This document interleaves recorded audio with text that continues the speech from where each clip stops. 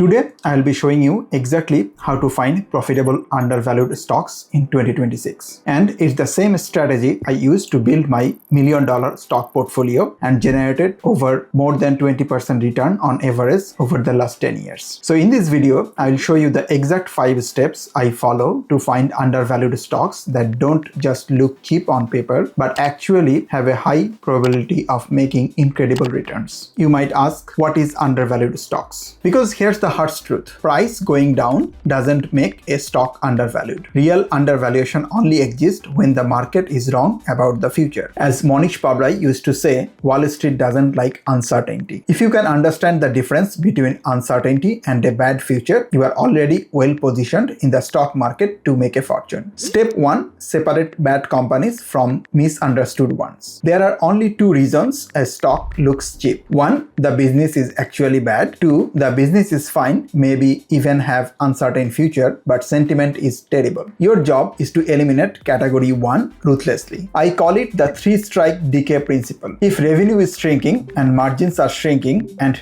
debt is exploding, that's not undervaluation, that's decay. On the flip side, undervalued stocks usually still show number 1, stable or growing revenue, number 2, healthy gross margins, number 3, positive or improving free cash flow. If the business itself is rotting, price is just being honest here. If you are interested in learning more about finding great companies, click the link to join our Entrepreneurship Mastermind program. Let's talk about step 2. Look for temporary problems, not permanent ones. This is where real opportunities hide. Great undervalued stocks usually have temporary pain, not permanent damage. Examples of temporary pain: 1 bad quarter, a short-term demand slowdown, management change. For the case of Netflix, as you can see in the chart, during 2022, there were some temporary challenges like demand was slowing down temporarily, customers were sharing password among family and friends, and stock was undervalued. But the management came up with the idea of introducing subscription with ads, password crackdown, and stock moved upward. Permanent problems look like technology being replaced, business model no longer working, massive customer churn. Blockbusters and Sears were 2 great examples of how they went out of business over the years. If you can clearly explain why the problem is temporary, you are getting close. Step 3. Use valuation metrics correctly, because most of the people don't use it correctly. Valuation ratios don't tell you what to buy, they tell you what to investigate. Low PE ratio alone means nothing. Instead, ask the following. Is the valuation low compared to its own history? Is it low compared to competitors with similar growth? Is cash flow cheap relative to earnings? One of my favorite signals: when an earning look ugly short term but free cash flow stays strong. That's often the market panicking while the business keeps printing crash. Step 4. Find a clear reason the stock could re-rate. This part is critical. A stock doesn't go up just because it's cheap. It goes up when the market changes its mind. So you need a re-rating trigger. Common triggers include earnings stabilize or surprise, new product or service launches, cost cutting improves margin, buybacks or debt reduction. Carvana was the perfect example when their stock's prices plummeted in the short term, but they were able to restructure their debt with favorable terms. The stock price moved from $3 to $473 now. If you can't point to a believable featured headline, don't buy it. Let's talk about step 5, insider behavior and smart money clues. One underrated signal which is based on behavior, not opinions. Here is the list of insider buying stocks in this month. One should definitely pay attention to this activity and research more about the companies if it falls under his or her circle of competence. When insiders are buying their